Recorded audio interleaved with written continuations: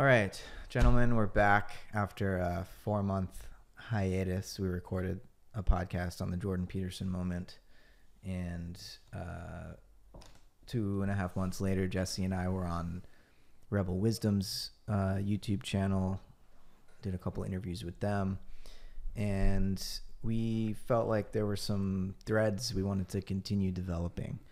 And last night I threw up a quick YouTube video and just asked my viewers what they would like us to talk about. And I was encouraged that in the span of like 12 hours, I got 35 or so comments saying, I'd love to hear you guys talk about this and that. So I've got a list here.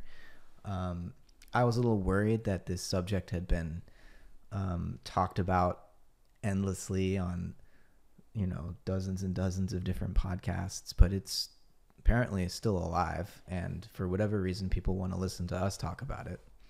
So one thing that I've noticed, I think we've all noticed actually, is that looking at our original podcast back in May, the quality of the comments, the kind of political orientation and perspective that commenters were coming from on our original podcast is quite different from where people were coming from in the comments under the Rebel Wisdom interview of Jesse and I.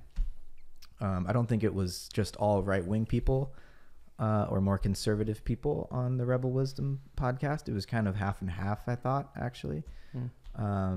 But I guess on my YouTube channel, it seems, I guess, more like friendly territory, though there were a few people who were pushing back a bit.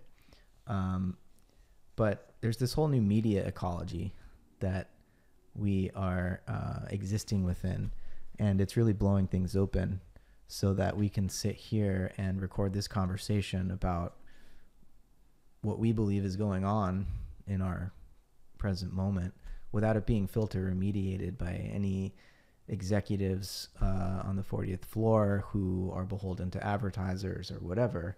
I mean, one day maybe the IPAs we're drinking, the beer companies will throw us a few bucks for sipping while we talk. But right now we're not beholden to anyone else but each other and our own, commitments as philosophers, as citizens.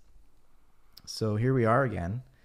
I'm always delighted to talk to you guys. And I think in the context of our present moment, I think it's important that friends gather around the table and voice their perspectives so that we can begin to make sense of a dramatically transformed world.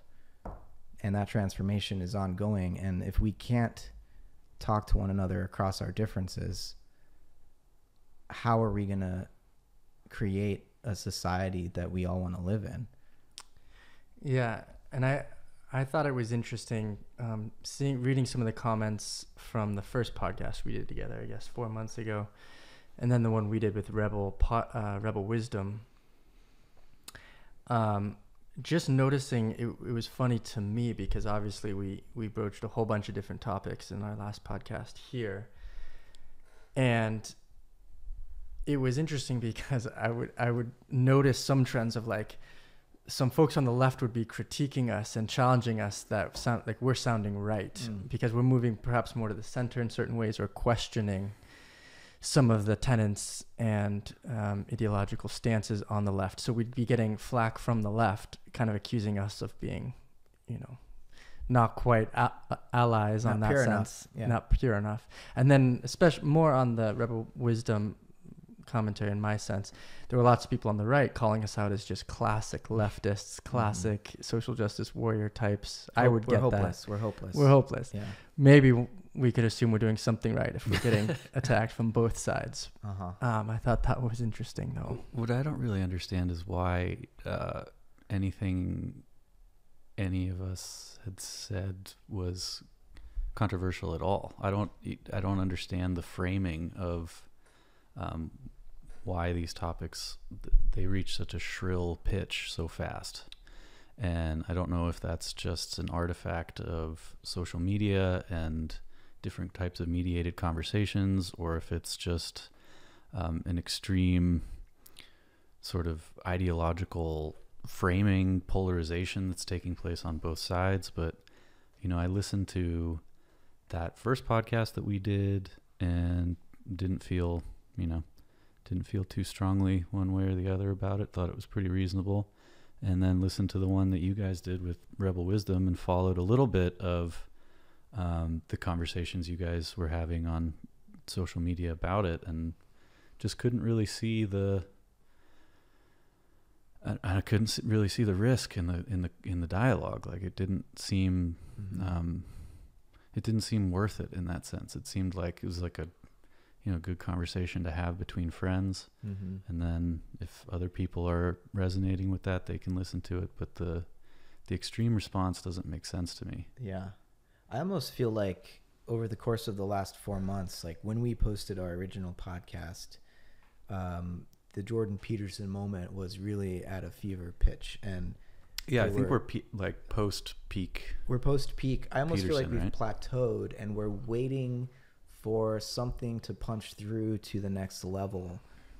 It only takes 4 months now for what, you know, back in May was just blowing people's minds and everyone was super excited to now become kind of boring and passé.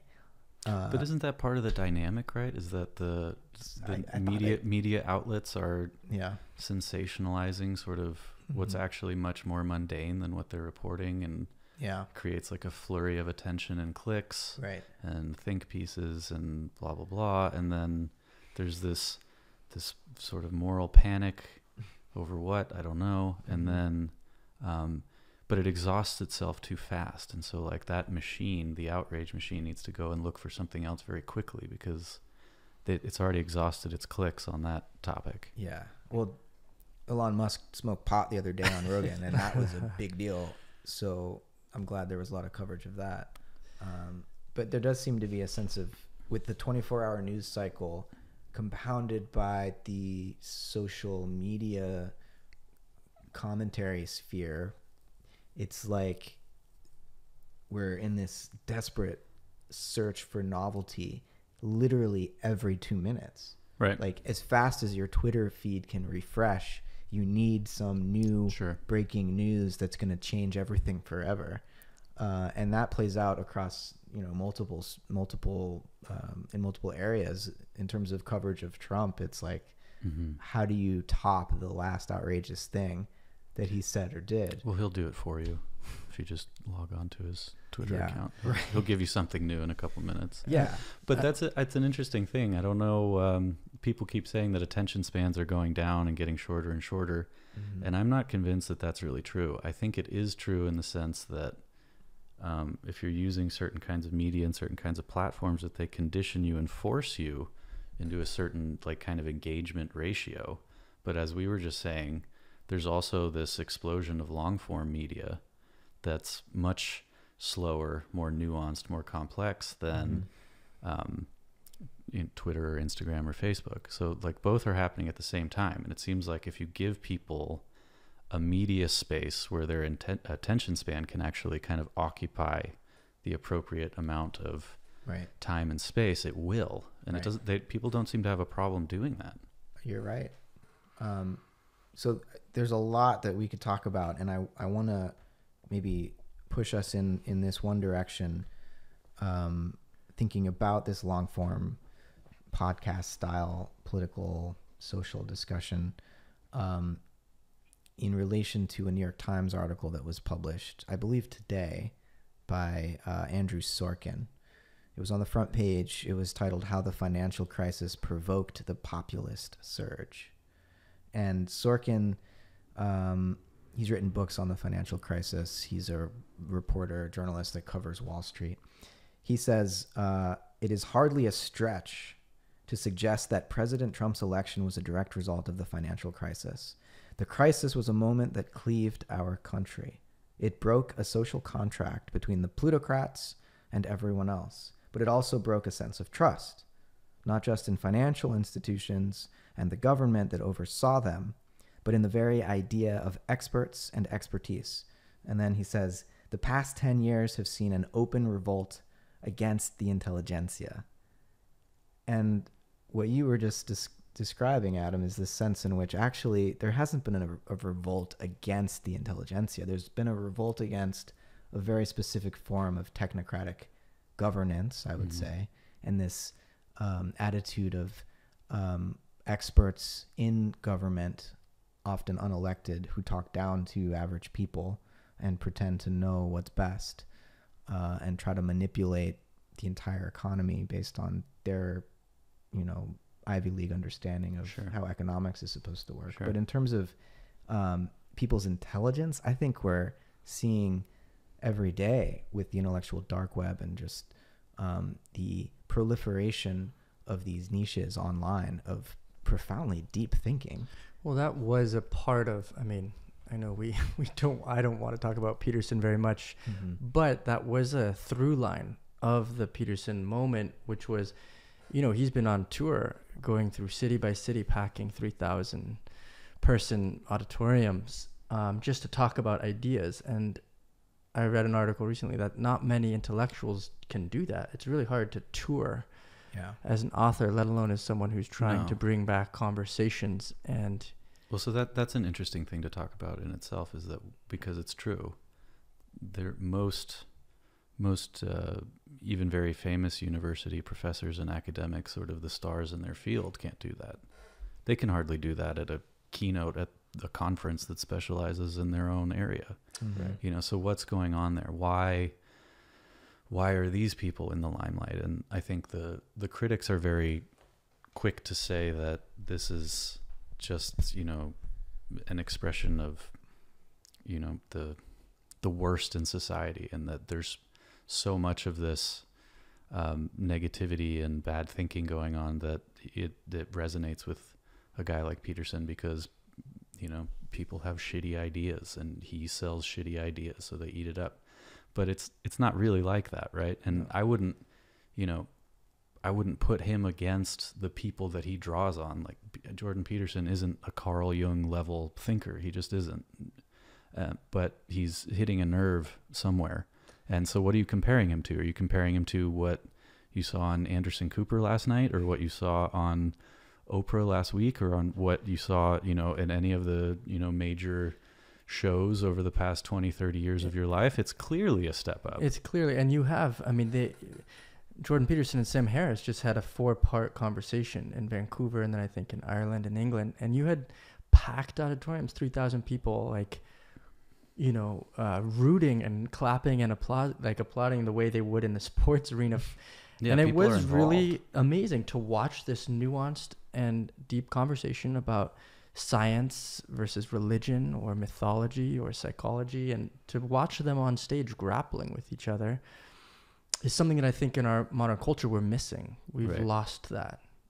And it does feel like it hasn't gone away. It's just something's changing, something's shifting.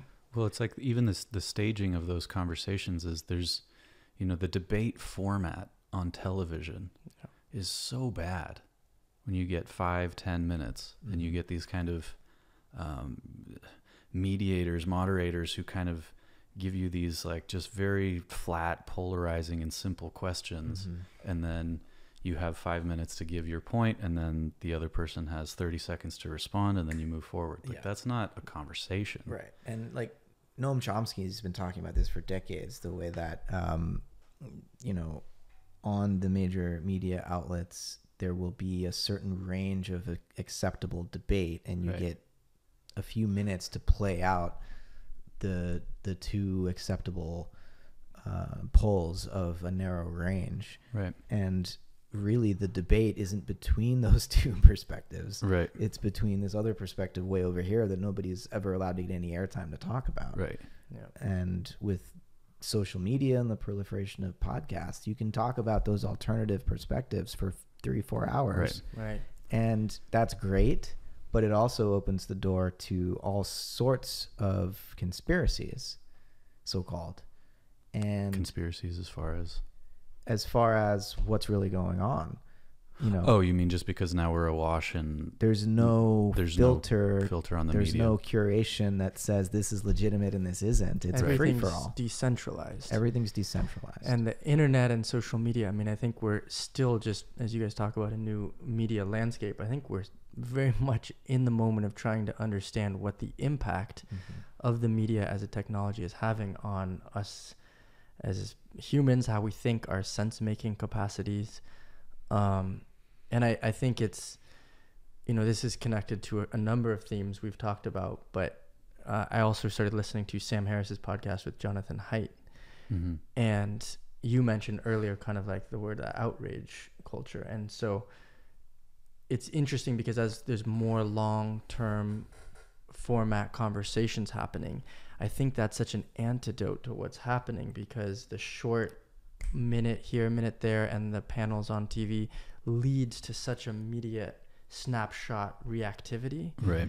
That long form conversations allow there to be nuance, and it's almost like you can't miss that these are human beings with complex ideas. And I just think it's interesting how that's affecting. Well, even if you don't think the ideas are complex, it's drawing even the detractors of these larger waves and these larger movements. How are they engaging with these figures? How are the critics of the Jordan Petersons and the Sam Harrises of the world, how are they engaging? They're starting podcasts. They're engaging on that turf. Yeah. And that's what's important to me, is that you have this model now, or this mold of what's possible to do. So whether or not you agree with them or not, what I can tell you is that you're going to pursue your own interests or your criticism of these people's interests or their views in the same format and medium that they are operating in.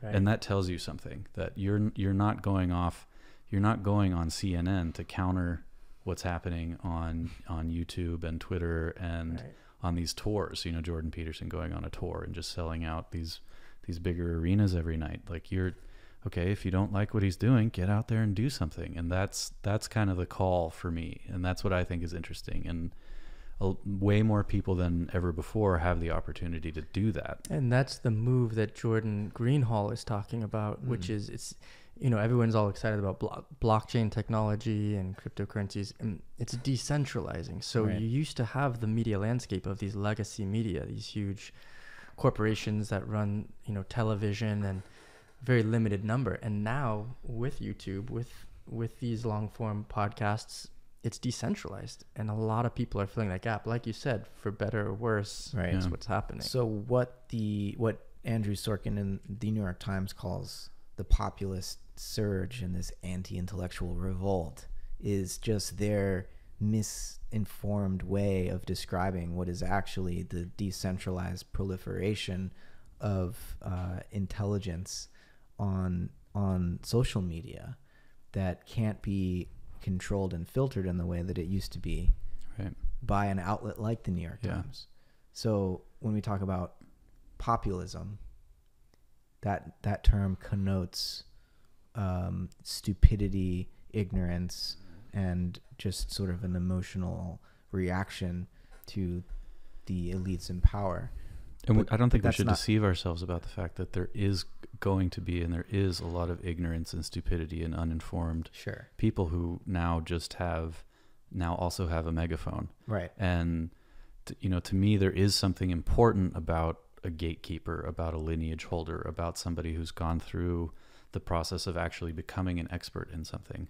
But the fact is that we're not operating in that mode anymore. So we need different means of evaluating who we're going to listen to and why, because the old system doesn't exist anymore. Right. It's collapsed. It's collapsed. And I think one way to think about it is like this, is that, we used to have sort of these elite gatekeepers. Think of them like athletes, people, Olympians who could do great feats, and meanwhile everybody else is sitting by watching. Mm-hmm. Now we have way more people able to participate in the sport, able to run the track, able to do these things, able to train for themselves.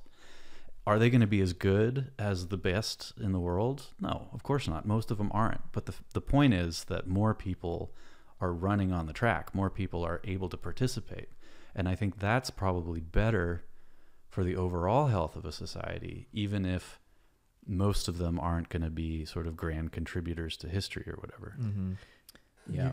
You do have like, I mean, it's interesting. You say like the old form is dead. I don't know. There's still a lot of people operating in that. There's people still waking up, dying. Yeah. That's true. And one could argue that, you know, Trump winning, a lot of people on the left just couldn't, I was one of them, just couldn't even imagine a world in which someone like Donald Trump could even become the Republican primary, you know, contender. Yeah. I mean, it is crazy. It's and even crazy. if you're a Trump supporter, I think you should wake up every day thinking it's kind of crazy, I mean, that is true. you know? But I mean, in terms of the moment we're in, you know, Jordan Greenhall talks about it. Like if you're still operating from that old system, he used this analogy, this metaphor of like, it's like the stock exchange, on the floor of the stock exchange back in the day, like people just screaming and yelling over each other. It looks like mass schizophrenia. The disjointed, decentralized world of the media landscape on the internet, and there are no gatekeepers. There are no, what was the other word you used? Like mentor, elders, professionals, and we're all trying to figure it out. And that's what also leads to mass conspiracy theories, and everyone's filling in these gaps. Yeah. We don't know what's going to happen or what it's going to look like. I feel like it's a new ecosystem, or maybe even a new organism which has emerged, and human beings now exist as organelles inside of it, and an immune system hasn't yet arisen to help us distinguish friend from foe, to put it crudely, to help us distinguish truth from falsehood, to help us understand which narratives are serving our collective health and which are not.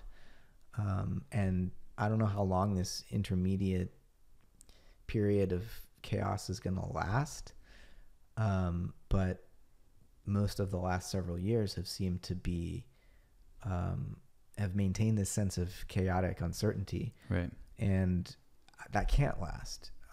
My understanding of complex systems gives me the faith that some new regime of order will solidify. It might be more flexible than the order that we're used to in the past, but we're moving towards something, and we can't quite see what it is yet. But it might not be the kind of centralized order that we were used to. Right. And so it's like a kind of it's a more pluralistic order, some kind of meta-stable order where I hope so, unless China takes over the world. The whole thing isn't necessarily going to, the whole thing being like the whole nation or the whole Western world or the whole, like whatever boundary you want to draw around however far our culture goes.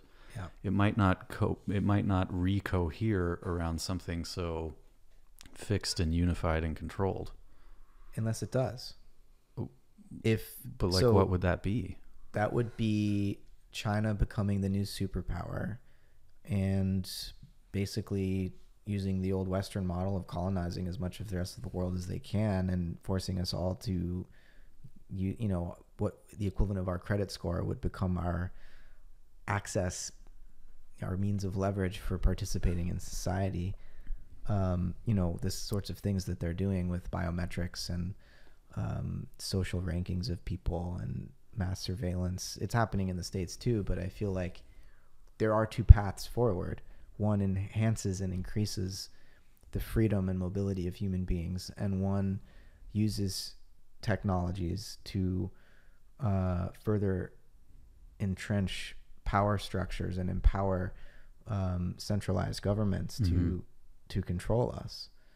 The technology itself seems to be neutral in respect to which direction we go. It's an open question for me. I don't think it's inevitable that we will move in the direction of decentralized. No, I don't think any of this is inevitable. Government. I think it's all very up for grabs. But Yeah. it's interesting to think about the conversations that have come up around how, well, Twitter especially, how Twitter is going to reorganize the algorithms that kind of allocate the things that come into your feed, and how it tells you to track news stories and Yeah. people to follow and not to follow. I've been noticing weird shit. Like, it's strange, right? And they're Yeah. obviously experimenting with things, and I think they're obviously kind of in a defensive position because the media can be used for so many different purposes. And like you were saying, you can get whole populations organized around conspiracies that may or may not be true.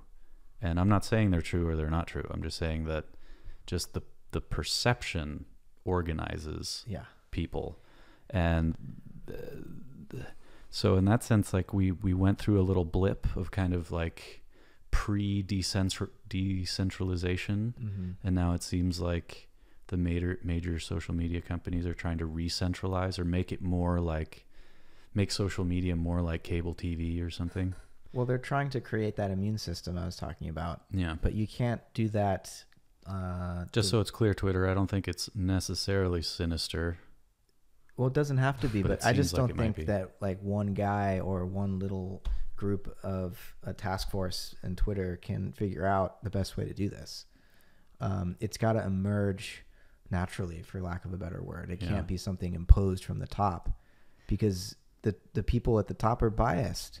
Human beings are inevitably biased. How do we facilitate a truly decentralized system where the most attractive ideas rise to the top? Right. And if everything is, if this media is, if we are extensions of us, our media, if that's so integrated into who we are as beings now, whoever is in control of writing these algorithms and in some form of control about what's showing up on our feeds has tremendous control. Yeah. And, you know, the question that comes up for me is like, in this, at least this moment now where things are decentralized and are fragmented, how do we know what's true? Like, what happens to truth? Like you were saying earlier, you know, Assad and stuff is kicking back up in Syria. And it's like, how do we know what the real story is now? Yeah. But that's not a new state of affairs. Right. I mean, think about Vietnam, the Gulf of Tonkin, or Pearl Harbor, and World War II. Like, so then what's shifted? what we call conspiracy theory can become just the dominant narrative. Right. I think what's shifted is that it's there's always been uncertainty about whether or not does this narrative sort of track a veridical state of affairs, or what is this narrative serving? What bias? What ideology? What aim? What purpose? What agenda? That's always been true, and that's always going to be true. But the question now is that we don't even have a unified, like, sort of bad ideology that we can all kind of agree is, even if we think like, oh, this story might be bullshit, at least we're all getting the same bullshit story.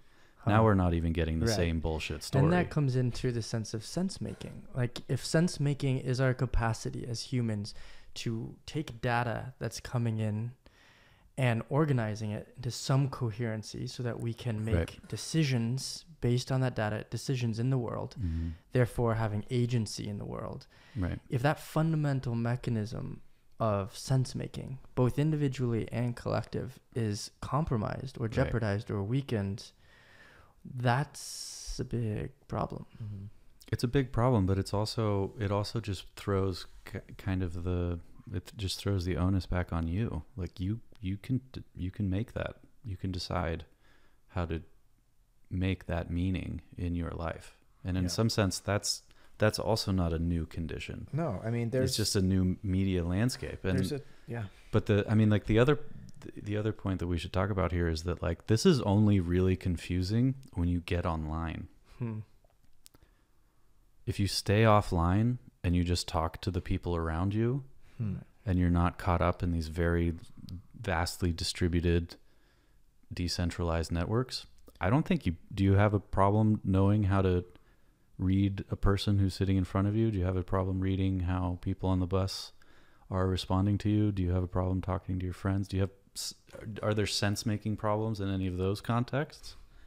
Usually not. Probably not, right? You're pretty good at that, because most people are. Some people aren't, but most people are pretty good at that. And so we have to be mindful of, like, how this technology is drawing us out of these local interactions and putting us into a space that I think is an important space, and we need to attend to as well. But don't get lost in it. You know. So maybe we're talking more of, of a collective phenomenon of sense making and online. I mean, individually we can unplug. I don't do it very often, but we can theoretically detach ourselves and unplug. But collectively, and with more and more people by the day getting online and plugging in, it seems. But Jesse, you were talking earlier about this disconnect between you and some friends and family, even in regard to the political situation and your tendency, like me and like Adam, to want to criticize the left, even though we identify as left because of a failure, and other friends of yours not being willing to even entertain the possibility that critiquing the left is helpful in any way right now, just because of the threat that we're facing from Trump or whoever. So I do feel like even in your day-to-day embodied non-online world, you were describing this sense of a conflict or a scrambling of the sense-making capacity with people that you should be able to level with, Right. So what's that all about? That's happening too, right? That's a good question. Well, I think it's there's feedback loops where those online social interactions are migrating back into how we read our personal interactions. And I think I'll just double down on what I said originally, is that most of the time when you're having sort of these kind of unnecessary conflicts with the friends and family in your life, is probably mediated by technology. Yeah. Right. I mean, I do notice. And then maybe like bad interactions online translate into like people remember that, and they're like, now we're going to have a bad interaction in person. Yeah. I mean, you also have people who, anytime a name like Jordan Peterson is raised, all they know is one article from the New York Times and the phrase enforced monogamy. And so all they understand is what they believe they understand is that he believes women should be forced to marry young men so that they're not violent. So that, you can't separate that per se from like what they're taking in media wise. But I know like that's a meta narrative. That's an overarching theme of our conversation together that transcends Peterson, which is for me still trying to understand and unpack where I am in all this and where I am in this moment.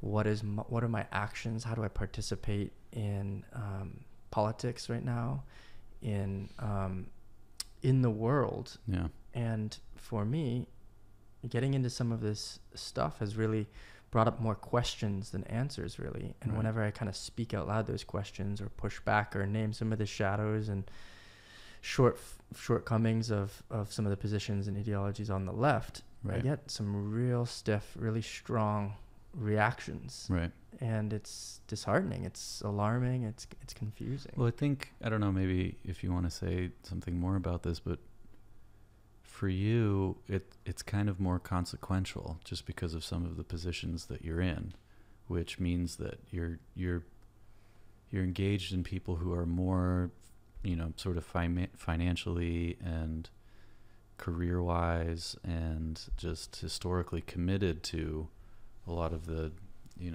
efforts of the Democratic Party, the left in general, progressive politics. So I don't know. I still think it's valuable for other people listening to hear your experience and me knowing you and knowing, where your intentions lie in terms of progressive initiatives and the general aims of, a left-oriented society to be struggling through these issues. Mm-hmm. Like, I think it's important for people to hear that, just because of some of the positions that you're in. Right.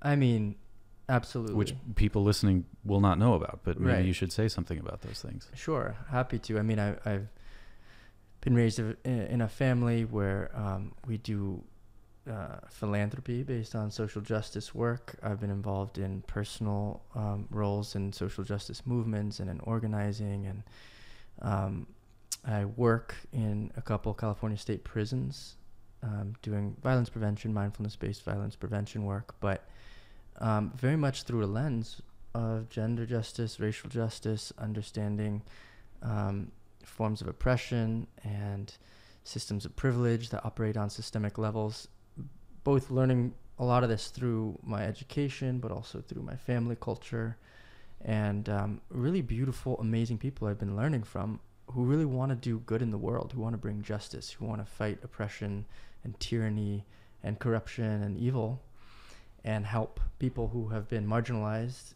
and oppressed. Yeah. So I still hold all those values. You know, we kind of talked about this last time. None of those values have changed for me.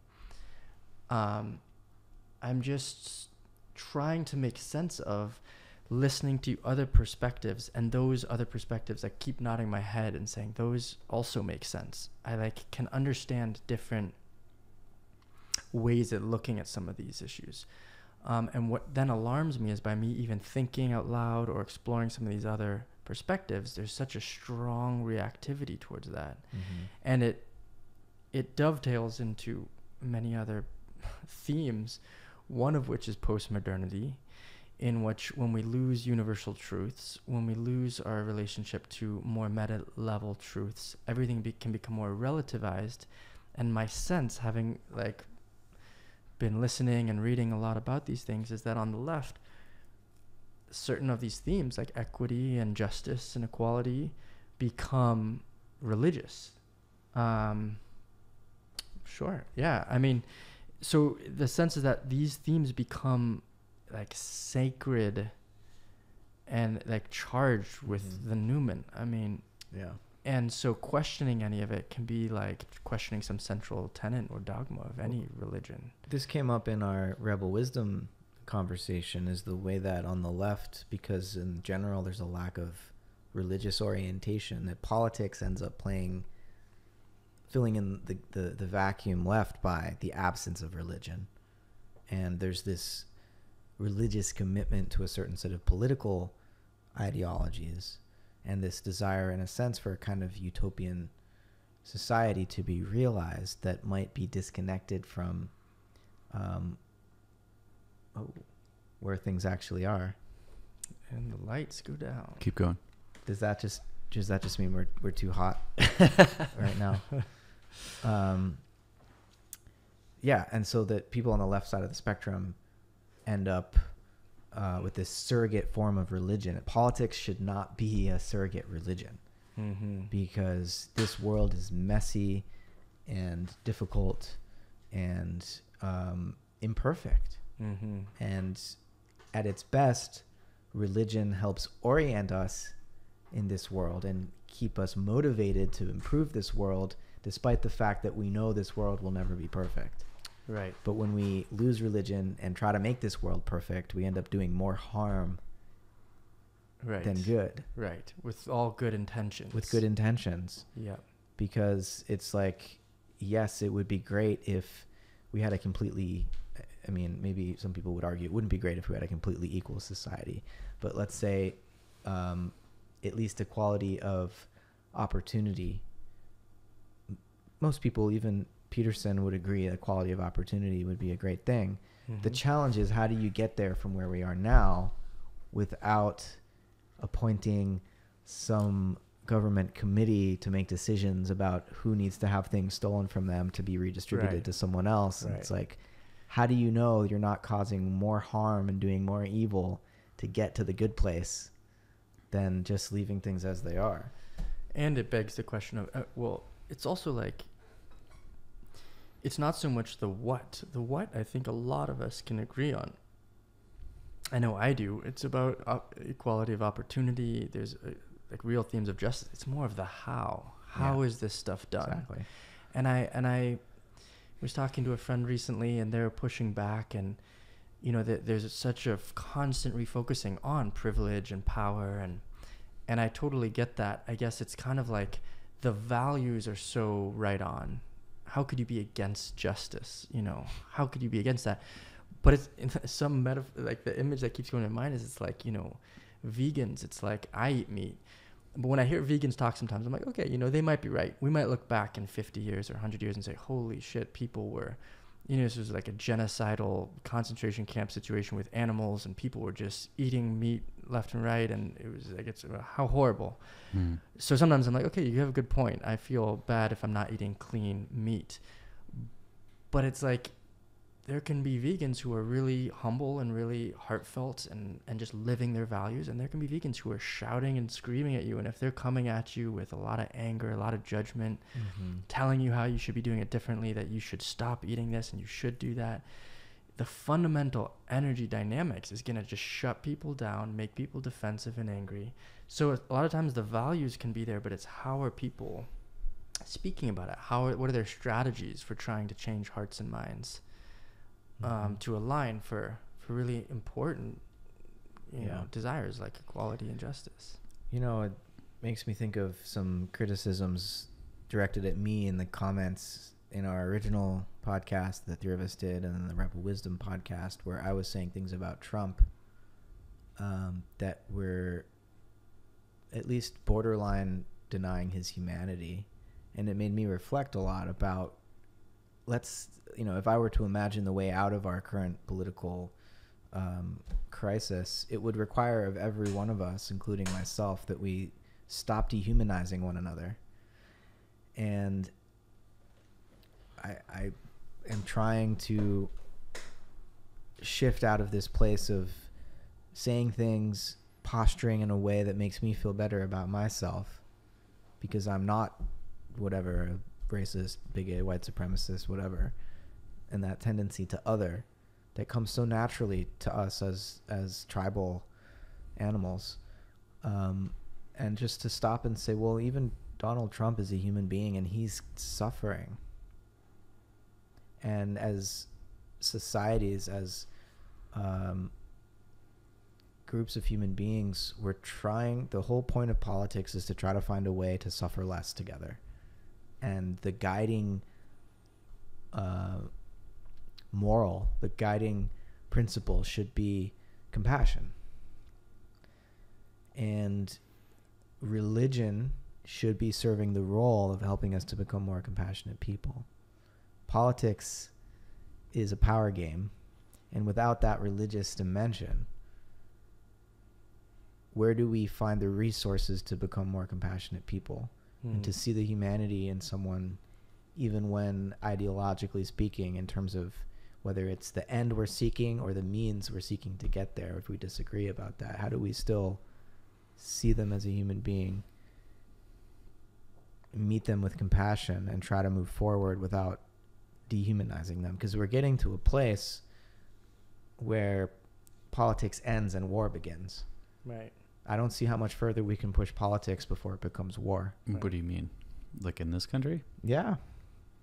The polarization. The polarization is getting to a point where the structures of political power that have been in place for several hundred years are just not working. They're completely ineffective.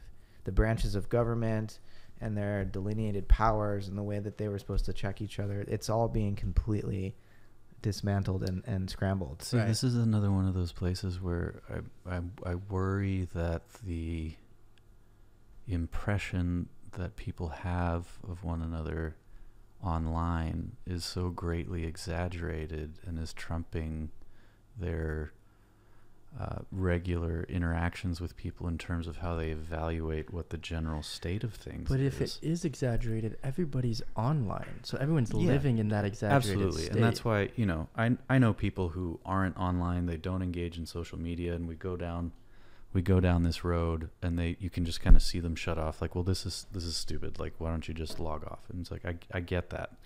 But the fact of the matter is that most people aren't doing that. So we need to deal with this. We need to have some kind of conversation about it. We need to understand how to mediate not just the online interactions, but we need to be able to mediate and understand more precisely what the relationship is between the online interactions and the offline ones. Right. And because I really don't see, I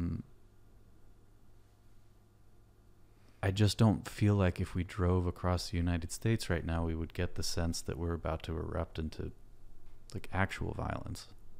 But if you drive across the country, you might not get the sense we're about to erupt into actual violence. But if you looked online, if you looked on Twitter, if you look on anywhere online, it does feel that way. Right. And I feel like everyone's so plugged in online that could just start literal violence, because everyone's going to be tweeting and like having conversations online, and there's such a... But that's the thing I don't understand about like the intensity of the social engagement, is because, yeah, I understand why it's a shitty experience to have like thousands or tens of thousands or hundreds of thousands of people like bombarding your mentions with, shitty hate messages because the outrage machine captured you today, and I get that that's a shitty, traumatizing feeling, but it's not the same as like actual violence in the streets, and I feel like all of that. But there has been actual violence in the streets. Sure, I'm not saying heightened level. It's not yet boiled over into. Yeah, so you're saying that you think that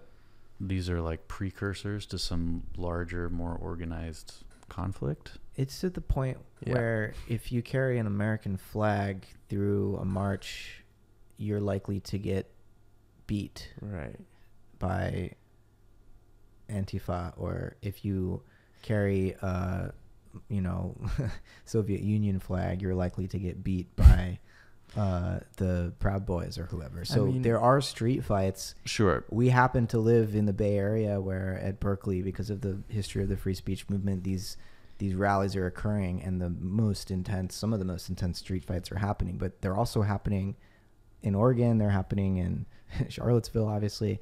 They're happening around the country. Yeah. And at what point... The Charlottesville example is like obviously a really gratuitous case of unacceptable but racism, there's and so violence. much simmering under the surface. Surface. All it would take was not that big of something incident happening. Yeah. All it would take is some big rally and something to happen, or you pick a theme, but something. It just feels like it wouldn't take that much to light something, and there's so much feeling under the surface of rage, of anger on both sides, distrust. Yeah. Mm-hmm. I think it's a tinderbox. I agree with you, Matt. I think the polarization is extraordinarily intense.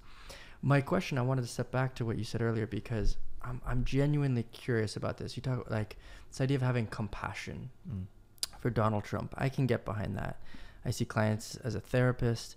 I work in the prison system. I understand how personality disorders can work. I understand that if you're a child and you're raised a certain way, you can live your life causing tremendous harm and be pathologically lying. I think Donald Trump is a buffoon, but also extraordinarily problematic on a lot of levels. But I also can see him as a human and want to have compassion. And also some of the things he says might actually be true, even though he says a lot of things that are not, or I disagree with.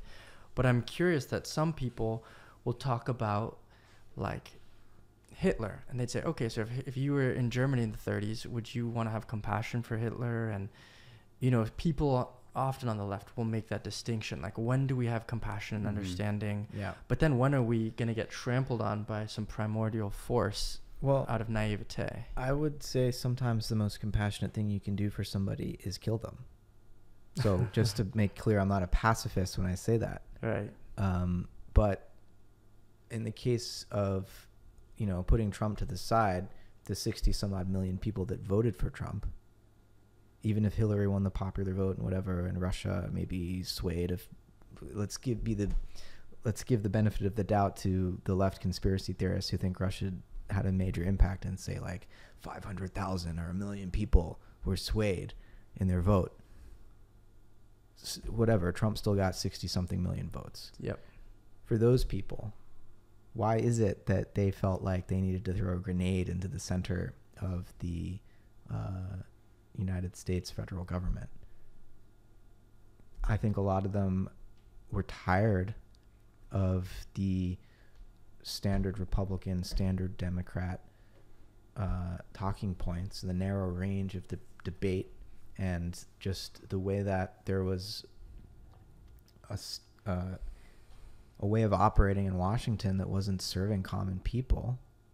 And these are people who were in towns that used to be manufacturing centers, and globalization moved those jobs overseas, and they're bitter and angry, and politics as usual wasn't speaking to them. Politicians in Washington didn't give a fuck about them. And Donald Trump talked to them. It was just talk, obviously. He hasn't actually helped them. But I get why they were upset and why they thought someone like Trump would give expression to their anger. So I feel compassion for those people. Right. And I don't even know, in terms of Trump, I don't think he actually wanted to become president. I don't think he expected to become president. I thought he would get a lot of free what his motivation initially in running was, he'd get a lot of free advertising for his Trump brand. Mm-hmm. He didn't think he was going to win. And at some point during the primaries, he was like, oh my God, I actually have to do this. And at first, I don't think he wanted to. Mm-hmm. And now he's in this position, and he's not the type of guy that wants to be known as a loser or someone who failed. So he's trying to be the best president ever, you know? And unfortunately, I agree, he doesn't know what he's doing. I'm not saying I could do a better job, but like on 9/11, when he's going to give a speech commemorating this tragedy, he's like fist pumping, like, yeah, America. And this guy has zero sentimentality. Yeah, it's like, wait, what are you doing? Why are you so pumped up right now? So, and in this moment when everyone around him is beginning to turn on him, imagine how afraid he feels. What concerns me is that he's in such a vulnerable place. It's like when you back an animal into a corner and they get scared, what do? Like, do you think he's backed into a corner? I don't know. I mean, all I know is what the New York Times and the Washington Post tell me, right? So, yeah. What do you think of the anonymous op-ed? I think that it's strange that for the last 2 or 3 weeks since it came out, every time I log into Twitter, there's this tweet at the top from the New York Times that says, do you have questions about the anonymous op-ed in the New York Times? Yeah. Tweet at this guy and he'll give you all the answers. And it's like, is that like a promoted? It's been at the top of my feed every single time I log. And what do you make of that? You're making something of it. So what are you making of it? What I'm making of that is that I've been pegged as the type of user who tends to like liberal left content, and that I'm susceptible to really playing out and milking this particular op-ed as far as it will go. I thought it was a really weird piece. I thought it's more damning of the Republican Party than it is of Trump. I'll say that. That's on the one hand, I thought the person who wrote that is kind of spineless, and if you actually had this assessment and you actually had this knowledge that it's that bad, this person is that unstable, then you have an obligation to do something about it just as a human. But I also think that it seemed calculated in a way where Republicans are kind of inoculating themselves against potential fallout from Trump being their candidate. And so they have they're like planting evidence in advance to say, no, he was never really a Republican. We were fighting from the inside the whole time. Continue to vote Republican. Trump doesn't represent us. Meanwhile, while he's in power, they're happy to take advantage of that situation. Mm-hmm. I think it's spineless in either direction. Right. I was deeply unimpressed by whoever wrote that. Me too. And I've heard that using some kind of sophisticated linguistic analysis, that there's a very high probability that it was Mike Pence. I don't know whose analysis this was, but I think it was like the BBC or something that did this. Listen, that's so stupid. We just don't know. Well, because, I mean, whoever had those opinions could have had somebody else write it for them. Yeah. You know? I mean, I feel like at that level of, kind of covering your tracks, if you or I can come up with a way to like, throw people off the trail, then people in the White House can definitely think of better ways to do that. Maybe not. Maybe they're really idiots, but I don't know. Yeah. I doubt it was Mike Pence is what I'm saying. And the truth of the matter is, I think I'd be more frightened of Mike Pence as president because he actually has a coherent worldview and a set of principles that are Christo-fascist, and someone who has like an attention span and is able to stay focused on an agenda with a ideology like Mike Pence's is way more frightening to me than Donald Trump. People often say that. I've had a hard time. Sometimes something in me is just like, I don't know what it is that might just feel, I mean, maybe I'd be wrong to feel more comfortable with someone like with Mike Pence. Yeah. Some kind of just basic coherency and stability. Something about the unpredictability of Trump, that no one knows what's about to come out of his mouth. It makes it entertaining. But I also wouldn't trust him to not just, there could be a really tense political moment with a foreign power in our own country. Oh, yeah. And he would just throw a yeah. firebomb in the middle and just explode something really without him checking it with anybody. Yeah. So you're saying that Pence makes you feel more secure or less secure? I didn't catch that. I guess what I'm saying is I'm not convinced that Pence would be worse than Trump.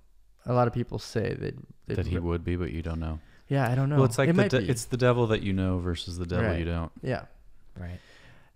I guess it feels to me like I was talking to somebody and they were saying, I don't think Trump is like the Nazi, the Hitler that everyone's scared of, but that he's punching holes in our institutions, in our democracy.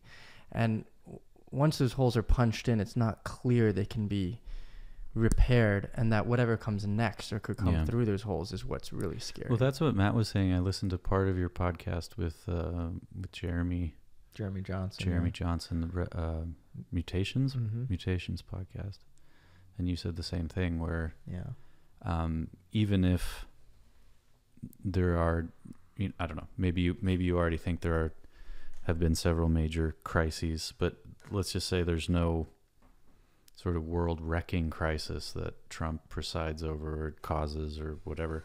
The next president, we can't go back to just presidents as normal. Like we can't have Bill Clinton, Barack Obama, George W. No, the office of the presidency has been forever transformed. It's been he whatever that is. He tore a hole through that morphic field. I don't know if he's tore a hole through the system of government, that gaining an appreciation for the system of checks and balances put in place, but we'll find out. But he definitely has sort of destroyed whatever the image of the president was prior to him. Yeah.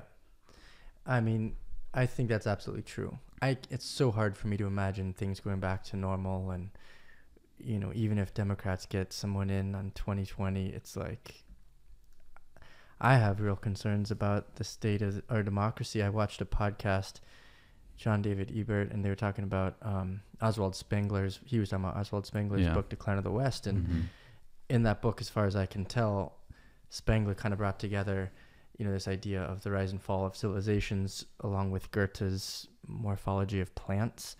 So that there's he's looking at civilizations along these kind of organic lines of development, both the rise and the decay.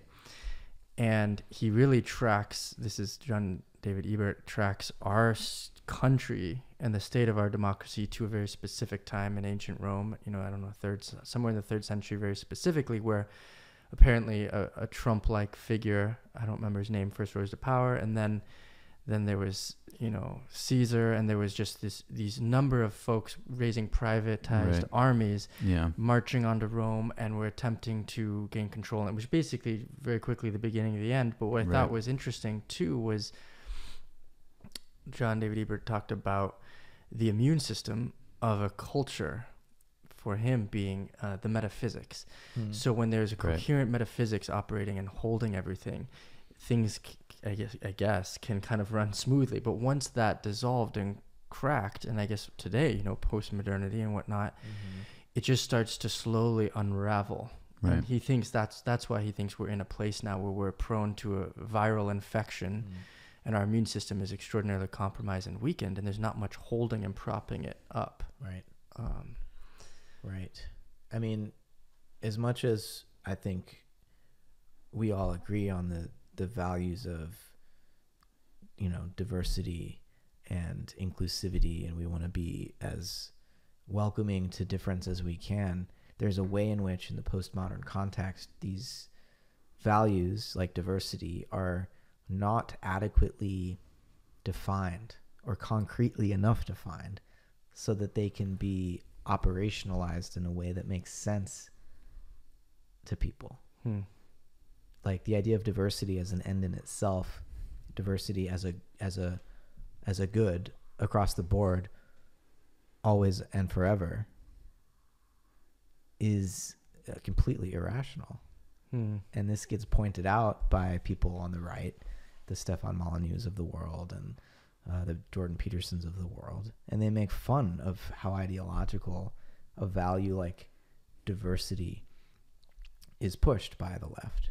Because without this coherent metaphysic underlying it, where when you're asked, well, what do you mean by diversity and how does it apply in this specific situation? Like you want to be inclusive of a religion like Islam, and yet for the vast majority of practitioners of Islam, something like feminism or gay marriage is not only not a good idea, those people need to be killed. Right. So how do you adjudicate? That's a kind of diversity that you don't want to accept. Right. And that's kind of that, but that's when we were talking with Joe Norman, several weeks ago, that was very much my question to him, because I think he has some very smart things to say about small scale, local decentralization, the inherent fragility in over centralized systems, and all of those kinds of things. But my question to him was, doesn't that push in kind of the same direction that you're saying, is that because not every local form of culture and organization should be allowed, and that's why there are state governments, but there's like a federal guarantee, there's a constitutional guarantee.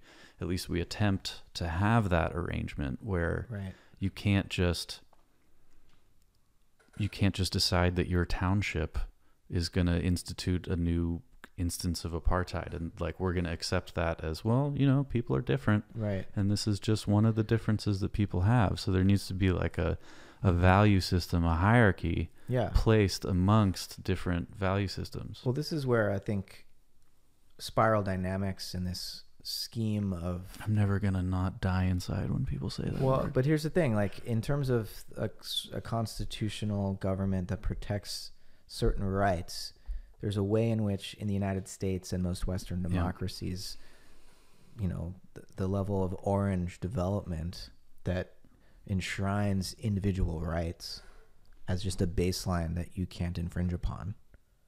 Right. What is that? Is that humanism? Basic humanism? Basic humanism. Universal humanism? Yeah. Okay.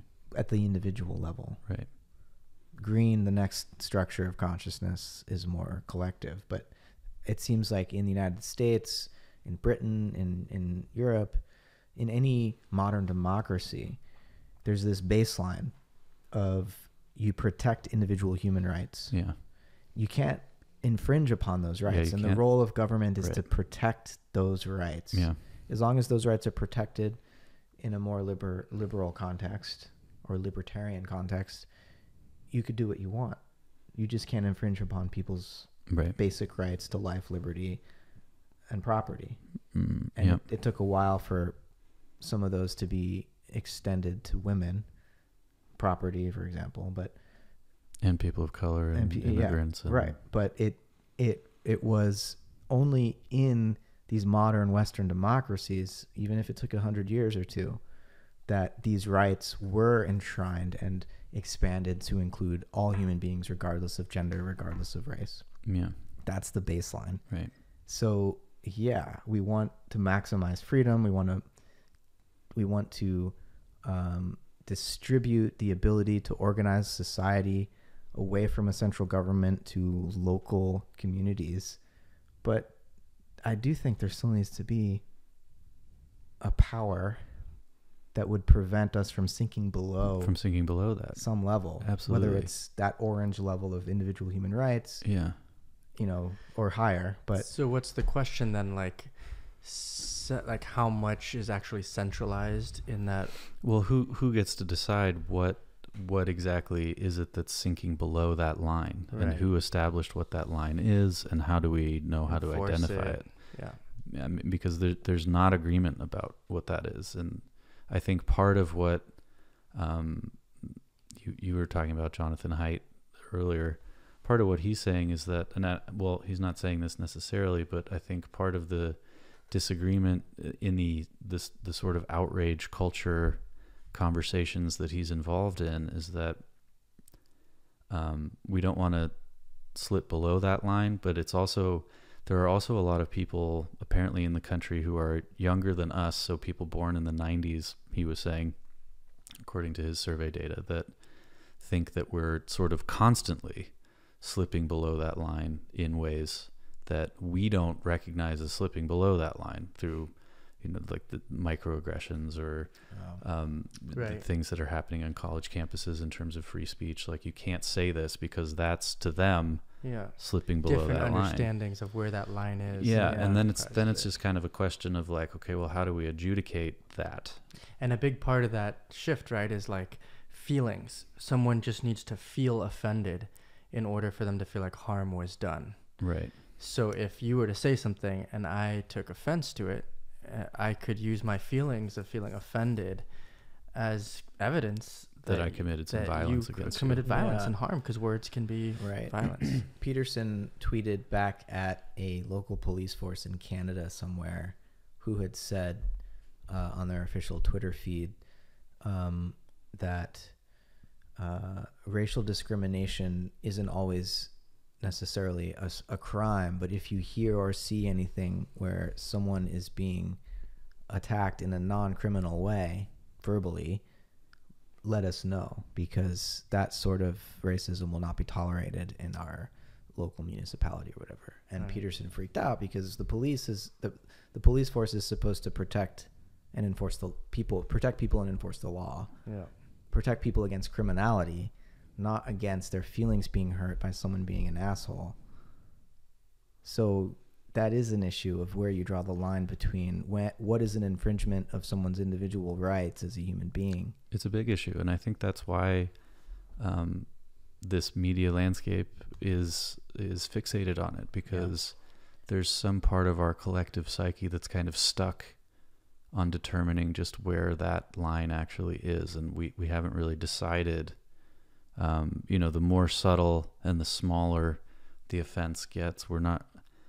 And I'm not saying I don't have my opinions about it. I definitely do, but just the fact that it keeps coming up, it keeps flaring up in these different institutions and universities and big companies. It's constantly being discussed in the media. It's a big part of what I think people are drawn to social media for, to have these conversations, whether or not they're having them in productive ways or just these sort of outrage manifestations of them, is also up for debate. But the fact of the conversation and the fact of the fixation with where to draw that line, I think just says something about where we're at as a culture and where we're at as a society. And we're trying to decide, is this just like the civil rights movements of the past, or is this something different? And it feels like there are elements of those earlier civil rights movements, but there are also elements of something that seems like pathology. And what Jonathan Haidt was saying, and it wasn't Jonathan Haidt, it was I don't remember his co-author's name. The book is The Coddling of the American Mind, but his co-author, he was saying, had been dealing with a lot of depression, a lot of suicidal thinking, a lot of maybe even potentially attempts at suicide, like major depressive disorder, and had been going to cognitive behavioral therapy and had been learning all of these skills about how to cope and how to improve his life and how to kind of get himself out of that. And they also gave him a lot of advice on how not to think, how not to engage, how not to relate to his own self, and how not to relate to other people. And he saw most of those negative behaviors manifested in these campus moral panics and sort of outrage cultures. Things like catastrophizing, over rumination, black and white thinking, all these kinds of things. And so he was saying that in effect, it's almost like somehow whatever CBT is as a therapy, if CBT is something that kind of can send you in a more positive direction, the inverse will actively send you in a negative direction. Yes. And so there's like a blueprint there for increasing suffering. Yes. And he was kind of saying that the patterns that the people that are engaging this, and this again they were saying is people younger than us, so not millennials, the generation below us. Is it Generation Z or something? He was calling them iGen or Gen Z or, you know, whatever you want to call them. I think people born from like 93, 94 on, I don't know exactly what the date is, but basically getting caught in these loops of thinking that essentially accelerate and exacerbate their own suffering. Right. And that's not to say that people aren't having a hard time and that people aren't experiencing injustices, but the pattern, when I look at some of these dynamics and look at some of the people involved, I see unwell people. Right. And I think absolutely. I mean, my understanding in the field of psychology is you need, you know, it's funny because I went to Pacific Graduate Institute, which is interested in depth psychology. So we were really geeking out on Campbell and Jung and Hellman. Right.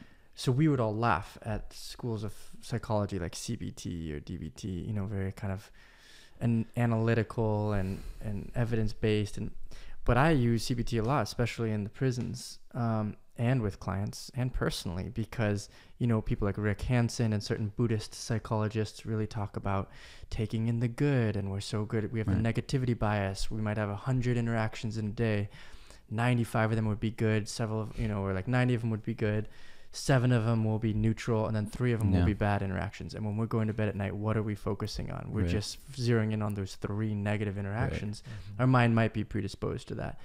But how do we take control and put ourselves back in the driver's seat by really focusing on gratitude and appreciating things, catching ourselves when we're catastrophizing, when we're doing black and white thinking, when we're just on the negativity bias, focusing in a relationship, if you're just zeroed in on what's not good, not working, it's very problematic. And I think, you know, this whole conversation about victimhood and victim mentality, and I think it's really easy when you're in a mindset, in any mindset really, you can get kind of possessed by it and see everything through that lens. And I know for me, I was for many, many years seeing everything through the lens of patriarchy and oppression and privilege, and that's all real. But suddenly you can start to see other perspectives that might get lost out of it. And I think the outrage culture that we're talking about... Well, because reality is more complex than any of those constructs. Yes. I don't understand the aversion to... I mean, there's even something in me that kind of like... The hairs on the back of my neck raised when you were talking about the aversion to CBT, but the aversion to evidence-based therapy. Like, to me, just saying that, and I'm not saying that this is true of you, but you were saying earlier, like, why would you be against justice? You know, why would you be against evidence-based therapy? Like, what's in the driver's seat when you say something like that and feel good about it? I don't know, but I think the CBT stuff is... You know, it's related to things like Stoicism and things like Buddhism and these really old human practices. Like, we have skills for navigating. And I heard Akira the Don say, I think he was with, it might have been Jordan Greenhall. I thought it was great. He said the most countercultural thing someone can do today, the most like, you know, his phrase, I believe, is like, is taking accountability. The most countercultural, rebellious, revolutionary thing you can do right now is take accountability, take responsibility, and claim sovereignty. And he said something like responsibility is the new personal punk rock or something.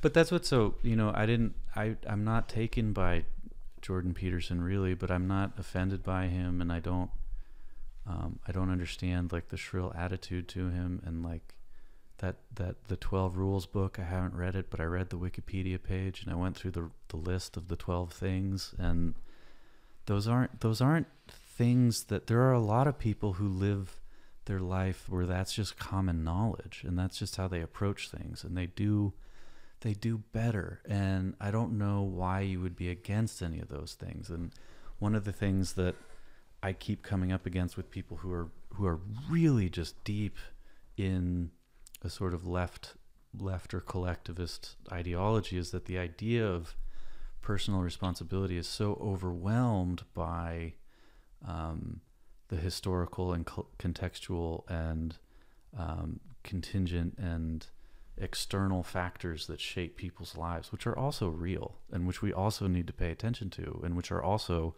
in a lot of cases, the most important thing that shaped a person's life. But it's just also true that whatever your level of privilege or whatever your circumstances, you're always going to do better when you at least learn how to take control of your own self.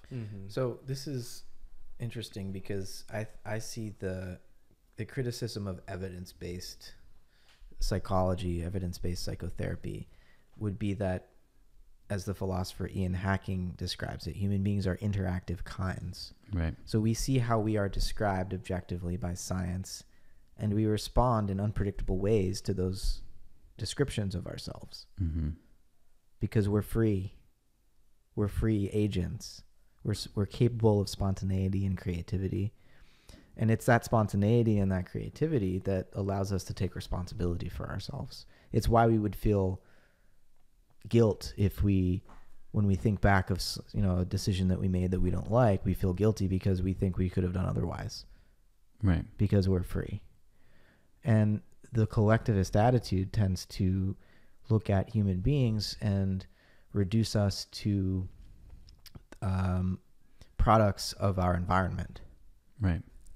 Whereas what the right wing, what conservatives tend to emphasize is our capacity to take responsibility and manifest our own destiny. But so there's obviously there's two sort of extreme poles of determinism. Yeah. There's like external, circumstantial, environmental determinism versus like sort of complete individual sovereign determinism, which, is, and you hear the political slogans on both sides campaigning on those things.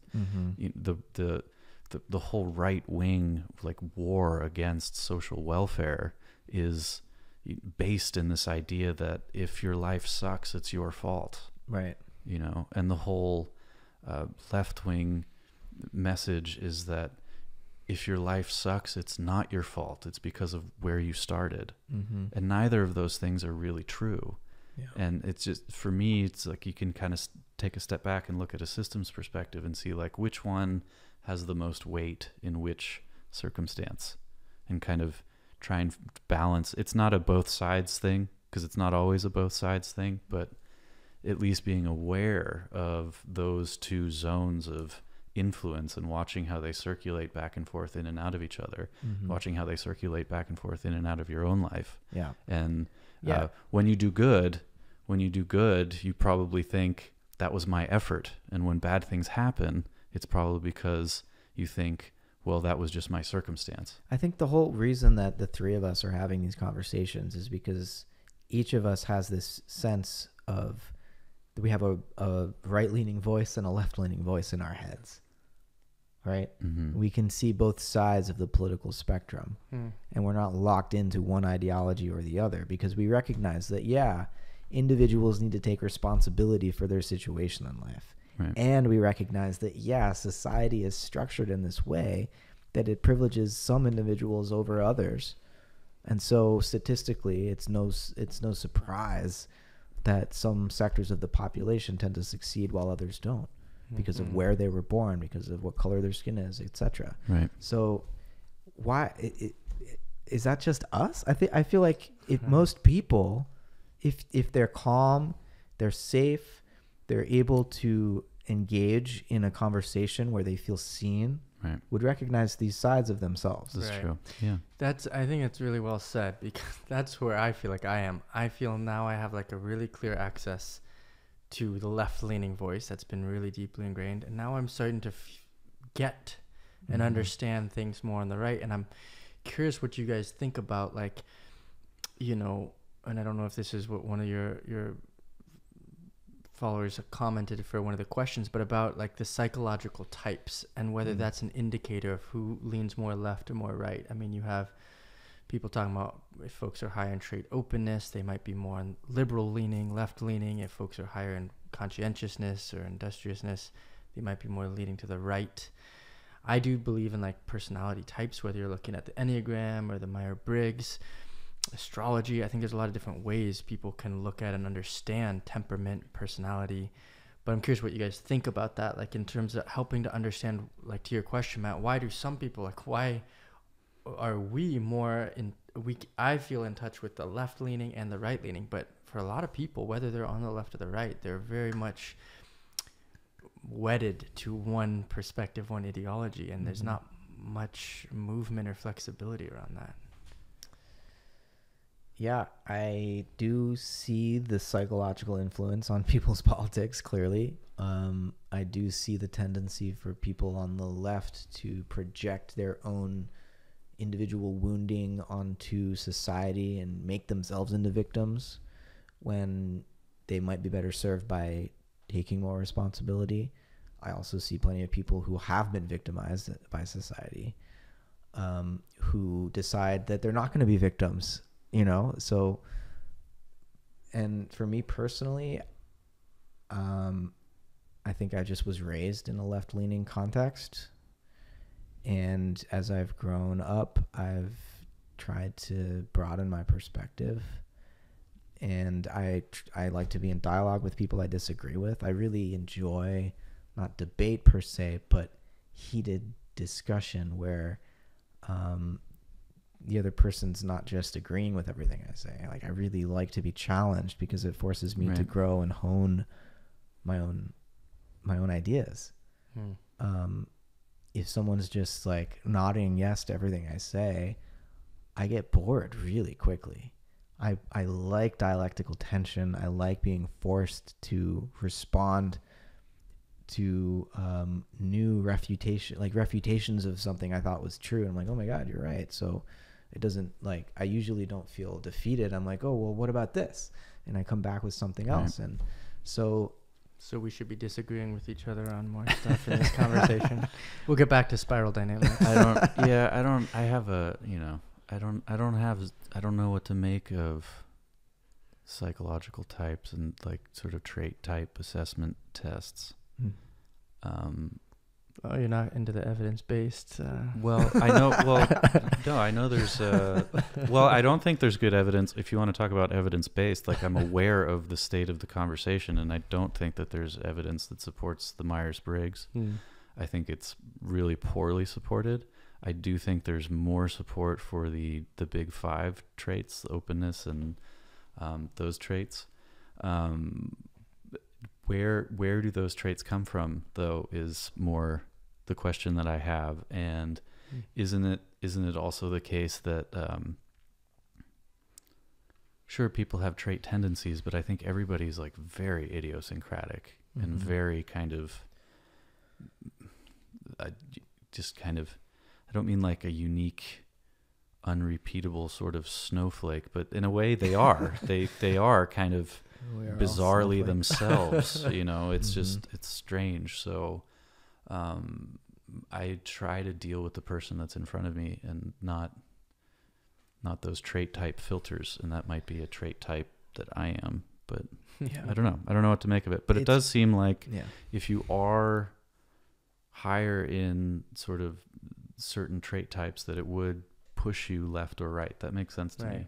I mean, to me, it comes down to when I'm talking to folks who are deep lefters, I try and bring some of these perspectives, whether it's a centrist perspective or more on the right. I don't even know. Some of these, like you use the word common sense or just like reasonable, those terms, and people will just like they get threatened if it's something that clicks in. Yeah, I don't think I talk to people on the extremes that much.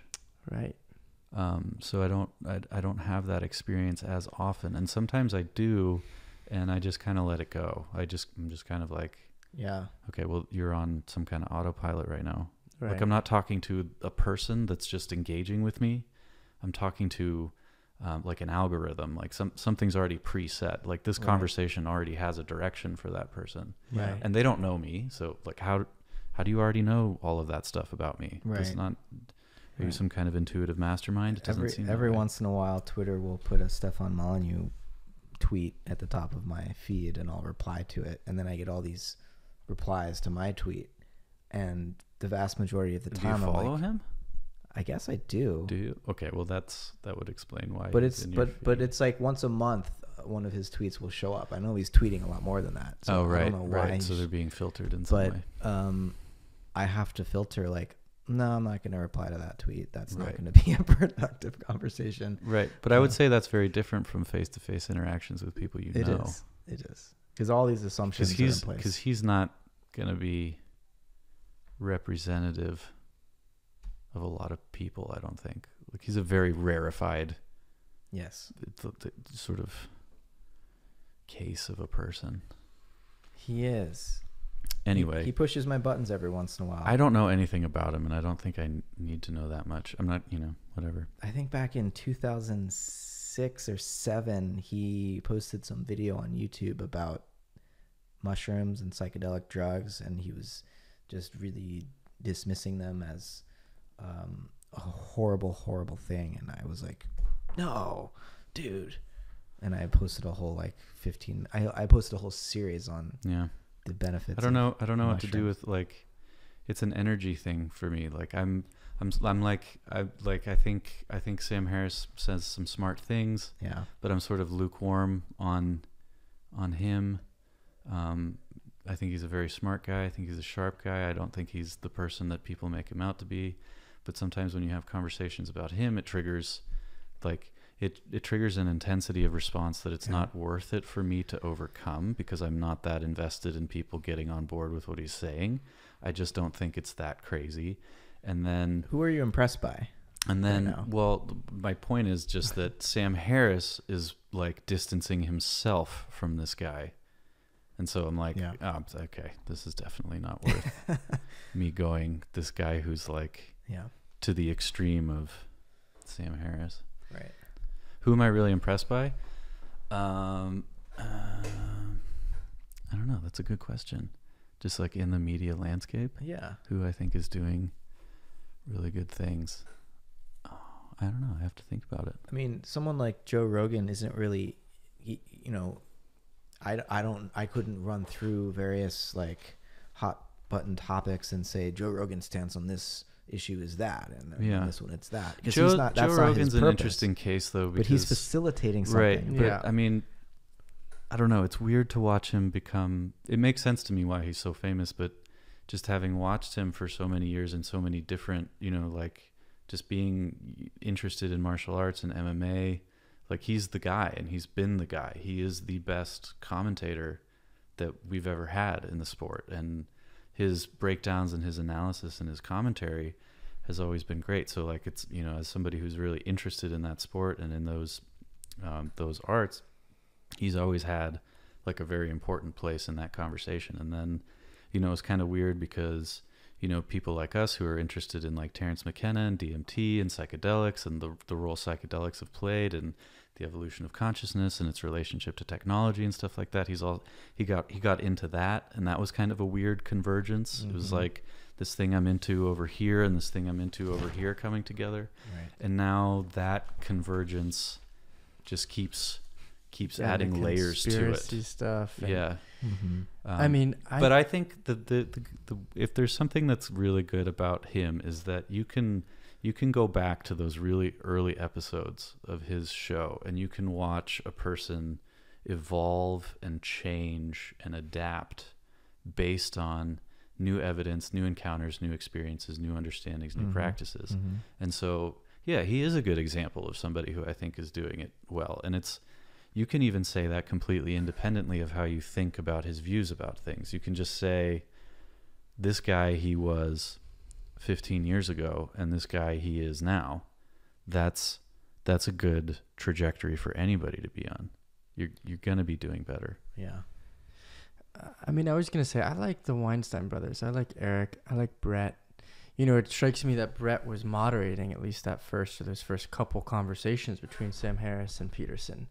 And I thought he did a great job. I thought he could really speak. It was evident he could see and empathize and articulate both perspectives, both sides. I know he's an evolutionary biologist, but I think they are doing interesting stuff. And I think, I was watching Eric on Akira the Dawn, and it's funny because it loops back to what you're talking about. Sometimes you don't feel like you're talking to a person, you're talking to an algorithm.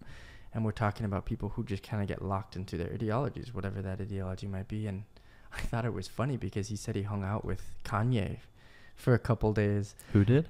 Eric Weinstein. Eric Weinstein? Yeah, I think it was through Eric's Candace, the older one? Yeah. Yeah. I think he said it was through Candace Owens. That's interesting. Who's, I guess, close with Kanye. And somehow she looped him in, and he went, and he spent like 2 days with Kanye, just kicking it and talking. And he said he thought Kanye was amazing. He used some interesting term that I don't know if I'd remember. Like, I don't remember what word it was, but he just said it was like free association, download, just kind of all over the place. But then he'd be writing down, almost like going into these like kind of writing lyrics. And but one of these things he said was just Kanye's commitment to authenticity. And it just strikes me that as you're talking about like facing someone, you're talking to an algorithm, his whole thing, regardless of him going for Trump or whatever, is like just breaking out. His whole theme seems to be just thinking independently, thinking it seems for like it's been a positive experience for him. I'm watching the clock, realizing that we got to shut it down. Do we have is there anything on your list? I mean, I know you opened with your list. We talked a little bit about it, but we didn't. He has a list of things here that people sent him that we should talk about, and I don't think we talked about any of them, but we kind of did. Yeah, we did. I guess. Anyway, I don't know that there's anything I think we need to wrap it up. I think we did actually touch on some of these points. I'll just say that this is an ongoing conversation.